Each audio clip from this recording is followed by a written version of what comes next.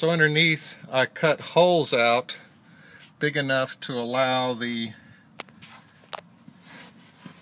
nozzle body to put the bolt on the nozzle body, and then I use some Turbo T-Jet sprayers that are low drift sprayers, and they're fan tips. They're 110 degree, so the height of the tips should be about 18 to 20 inches from the ground, which when the skirts are on the ground, then the tips will be in that range. So we're doing everything we can here, and you can see, to minimize drift, and you can see all these where these are spliced together. And then I use the lots of fender washers and lots of nuts and screws.